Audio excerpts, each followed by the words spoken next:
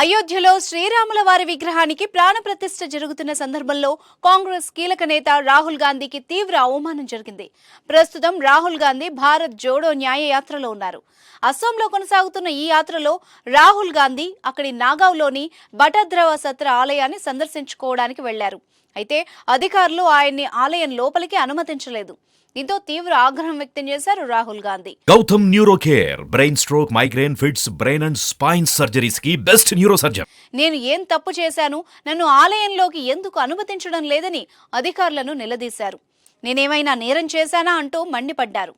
అయితే అధికారులు మాత్రం రాహుల్ పర్యటనలో ఘర్షణలు జరగవచ్చని, అందుకే ఆలయంలోకి అనుమతించడం లేదని చెప్పుకొచ్చారు.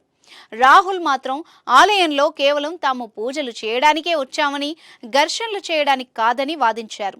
దేశంలో ఏ ఆలయాన్ని ఎవరు సందర్శించాలి అన్నది ప్రధాని మోదీ నిర్ణయిస్తారా అంటూ ఎద్దేవా చేశారు. అయితే రాహుల్ వ్యాఖ్యలపై అసోం ముఖ్యమంత్రి హిమంత బిశ్వ శర్మ తీవ్రంగా స్పందించారు. ఓవైపు అయోధ్యలో రాముల వారికి ప్రాణప్రతిష్ఠ జరుగుతున్న సందర్భంలో రాహుల్ మరో ఆలయాన్ని దర్శిస్తే ప్రజలు రెండు ఆలయాల మధ్య పోటీగా భావిస్తారని, అది రాష్ట్ర ప్రభుత్వానికి మంచిది కాదని చెప్పుకొచ్చారు. దీంతో వివాదం ఒక్కసారిగా పెద్దదైంది. వాస్తవానికి కాంగ్రెస్ పార్టీ అయోధ్యలో రామమందిర ప్రారంభోత్సవానికి దూరంగా ఉంది. రామమందిరంపై రాజకీయ విమర్శలు చేసింది. ఈ నేపథ్యంలో రాహుల్ గాంధీ అసోంలో ఆలయానికి వెళ్లడానికి ప్రయత్నించడం రాజకీయంగా దుమారం రేపింది.